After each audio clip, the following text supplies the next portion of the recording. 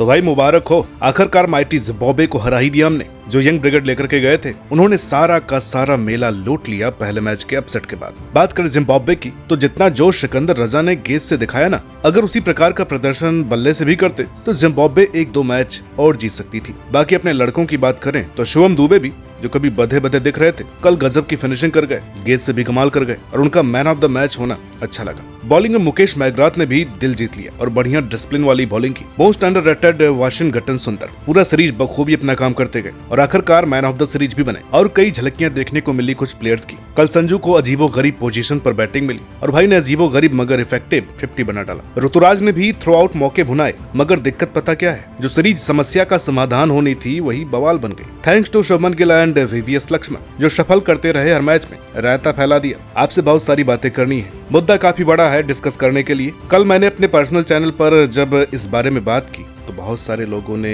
इस पर आपत्ति भी जताई, लेकिन आज की जो वीडियो है वो सारे डाउट्स आपके क्लियर कर देगी। जी हाँ, मार्केट में हाल ही में चल रहा है इस सीरीज के बाद से शुभमन गिल के सेल्फिश होने का मुद्दा। उन्हें कहा जा रहा है भारतीय क्रिकेट का Babar Azam, most selfish player of modern day cricket. देखिए, तो आप जानते ही हैं कि आजकल कहीं भी कोई भी भीड़ चाल का शिकार हो जाता है और किसी के मुंह से कुछ सुन लिया तो वही दोहराता जाता है। और सोशल मीडिया के इस स्कैम युग में तो बातों ही बातों में मिलर को रिटायर कर दिया जाता है। फिर ये क्या चीज है? सवाल ये नहीं है कि क्या खबर चल रही है, सवाल ये है कि उसमें सच्चाई कितनी है। चाहे आप किसी के भी फैन या हेटर हैं, आपको ये वीडियो देखना चाहिए और आखिर तक देखना चाहिए, क्योंकि आज हम सब दूध का दूध और पानी का पानी कर देंगे इस बात पर कि क्या गिल सच में सेल्फिश हैं और हैं तो क्यों हैं। तो चलिए शुरू करते हैं। भाई बात है 2021 WTC की। तब शुभमन गिल बतौर ओपनर खेला करते थे टेस्ट क्रिकेट में। इन्हें पैर में चोट लगी थी, मगर भाई ने किसी से कुछ नहीं बताया। जबरदस्ती WTC फाइनल खेल गए और कुछ उखाड़ नहीं पाए। न ढंग की शुरुआत दिलाई भारत को और न ही परफॉर्म किया।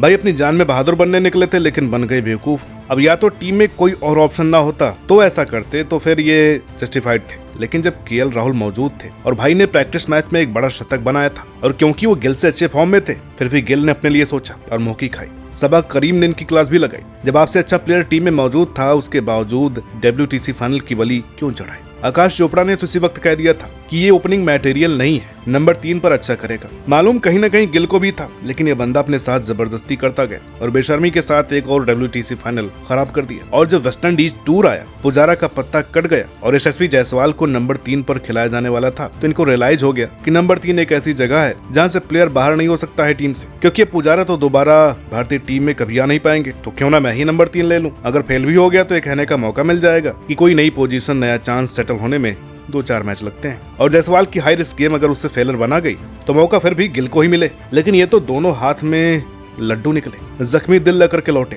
क्योंकि डेब्यू पर 171 रन की यशस्वी की बैटिंग ने जायसवाल को इंडियन क्रिकेट का राइजिंग स्टार बना दिया। जो इतने समय में गिल से ना हुआ, वो बेहद टैलेंटेड जायसवाल ने डेब्यू पर कर दिया। आगे बात आई T20 पर। गिल को ओपनिंग कराई जाती थी रोहित के साथ, लेकिन फिर रोहित को ODI वर्ल्ड कप के लिए T20 टीम में चयन न होना, यानी जायसवाल का T20 में आगाज था। और जो भी भाई ने तबाही की, उसने तोते उड़ा दिए, न केवल गेंदबाजों के बल्कि गिल के भी, जो ओपनर होने के बावजूद धीमा खेलते। इनके हर बार का था पावर प्ले में हल्की स्ट्राइक चलाना बजाय बल्ला चलाने के। गेम नंबर 3 थी, प्रिंस कह करके इन्हें सर पर चढ़ाया गया। लड़का अहमदाबाद के बिना रन ही न बना करके थे। हालांकि ODI में इनके लिए सब अच्छा रहा, लेकिन वो बड़े मैच की चोकिंग बुरी थी। अब जायसवाल टेस्ट और T20 ओपनिंग की फर्स्ट प्रायोरिटी बन गए और गिल देखते ही देखते पिछड़ गए, क्योंकि अपनी गेम इंप्रूव नहीं की। कभी ठीक ठाक स्ट्राइक रेट से खेल जाते, वरना वही 120-30 का स्ट्राइक रेट और पावर प्ले में पावर मिसिंग। एक आखिरी चांस मिला अपने घरेलू मैदान मोहाली में, लेकिन भाई ने वहां रोहित को रन आउट करा दिया 0 पर। फिर जायसवाल आए और बड़ी पारियां खेल दी। तभी तो वर्ल्ड कप की 15 में भी इनकी जगह नहीं बनी। वर्ल्ड कप खत्म हुआ और सरप्राइजली जिस लड़के की 15 में भी जगह नहीं बनती थी, वो टीम का कप्तान बन गया। अब पहली गलती उनकी है जिन्होंने इनको कप्तान बनाया। ये शब्द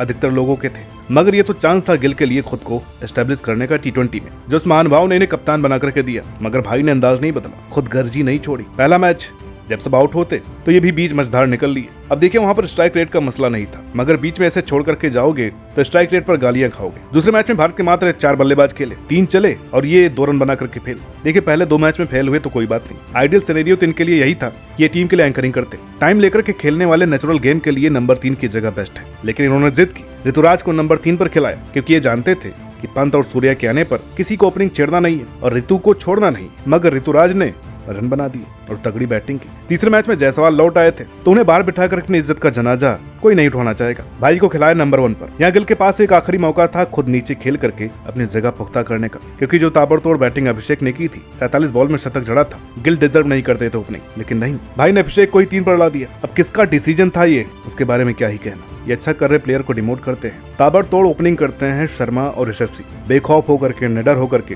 सामने वाली टीम को उधेड़ देते हैं। लेकिन नहीं, गिल ने यहाँ ठीक वैसा ही किया जैसे पाकिस्तान के पास 4 प्लेयर थे टॉप ऑर्डर में, जिनमें सईम अयूब, फखर जमान नेचुरल ओपनर थे, बेहद ताबड़तोड़ सुपरस्टार खिलाड़ी, मगर इन दोनों को 3-4 पर खिलाया गया। खुद ओपनिंग की बाबर और रजवान ने और अपनी टीम की लंका लगा दी। यहाँ अभिषेक शर्मा को नीचे धकेल करके बर्बाद कर दिया गया और खुद गिल ने इंटेंटलेस एक 66 की पारी खेल दी। ऋतु को और नीचे भेजा बैटिंग में, लेकिन वो हीरा पिछले मैच में ताबड़तोड़ 77 और इस मैच में 49 बना गया। अगले में हमने जायसवाल की तबाही देखी, बट गिल के 6 ने भाई का शतक मरवा दिया। ऐसा बहुत लोग बोले, अब छोड़िए, इस पर बहुत बात हो चुकी है। अंत में टीम को जीतना है, कोई भी छक्का मारे, लेकिन दूसरे के 100 टालने से पहले खुद के लिए भी तैयार रहना पड़ेगा आपको। अगर आपके साथ भी कुछ ऐसा हो जाए तो आप तो बिल्कुल नहीं सह पाओगे। खैर, डबल स्टैंडर्ड्स हैं फैंस के। कोई फॉरनर करे तो सेल्फलेस अप्रोच, इधर कर दे तो 4-4 गालियां, और क्या कम था। भाई पहले तो गिल के नंबर 3 के सपोर्ट में ये बर्ताव देख करके दिल टूटता है। पॉलिटिक्स हमारे प्लेयर्स को शोभा नहीं देता है। या तो खुद को इम्प्रूव करो, अपनी काबिलियत में आ जाओ, या खुद पीछे हो जाओ, मगर काबिल को मत सताओ।